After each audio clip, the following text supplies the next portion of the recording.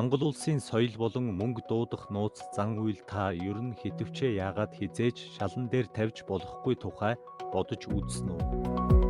Ангол улсын өвөрмөц онцлог ангол бол тэсвэр хатуужил болон баяр баясгалангийн ер бусын нэгдэл болсон улс юм.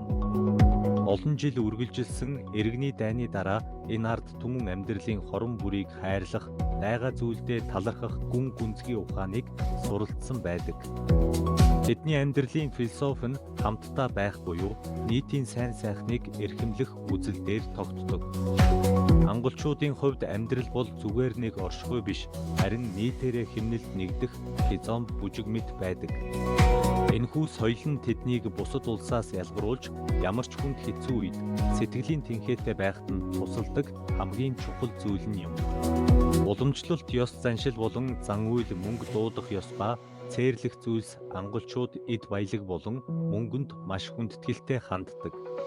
Хамгийн түгээмэл нэгэн зан үйл бол хитвч эсвэл цүнхээ хизээж газарт тавихгүй байх явдал юм. Хэрв та цүнхээ шалан дээр тавьвал мөнгө танаас зүгтэн одож санхүүгийн аз хиймэр хаагдана гэж итгэдэг. Энэ нь баялагийг үл хүндэтгэж буй хэрэг гэж үздэгтэй холбоотой.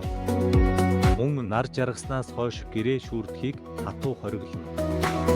Юуны цагаар гэрээ шүүрдэх нь тухайн өдрийн аз хиймэр болон ирэх ёстой эд баялагийг гэрээсээ хөөж гаргаж байна гэсэн утгатай. Энэхүү итгэл үнэмшил нь эртний Бантоуг аймагуудын сүнс болон энергийн тухай ойлголтоос үүдэлтэй. Аламбаменто буюу уламжлалт хурим Анголын соёлын нэг том хэсэг бол аламбамент хэмээх бэр буйх зан үйл юм. Энэ нь зөвхөн хоёр залуу гэрлэх тухай асуудал биш, харин хоёр гэр бүл нэгдэж буй түүхэн үйл явдал юм. Бүргэн тал сүйт бүсгүй гэр бүлээс өгсөн тусгай жагсаалтын дагуу эд зүйлс болон мөнгийг бэлтгэж очдог. Энэхүү зан үйл нь эмэгтэй хүнийг болон түүний гэр бүлийг хэр зэрэг хүндэтгэж буйг илтгэдэг бөгөөд одоо хүртэл албан ёсны хурмаас илүү чухалд тооцогддог. Хоол хүнс ба нийтийн соёл тэдний гол хоол болох хунж нь эрдэн шишин эсвэл маниокийн гурилаар хийгддэг. Хунжийг идэхдээ заавал олуулаа дундаа тавьж идэх бөгөөд энэ нь гэр бүлийн халуун дулаан уур амьсгал, эв нэгдлийг бэлгэддэг. Хоол эхлэхийн өмнө болон баяр ёслолын үеэр дундаа эсвэл дарснаас баг зэргийг газарт тусаадаг зан үйл бий. Үүнийг дээд өвөг дээдстэй өргөл өргөж тэдний ивэлийг хүсэж буй хэрэг гэж тайлбарладаг. Дүгнэлт Ангол улсын соёл болон уламжлал нь ердөөл нэг хуучирсан зан үйл биш, харин тухайн ард түмний бие биенээ хүндэтгэх сэтгэл болон амьдралд хандах эерэг хандлагын илэрхийлэл юм.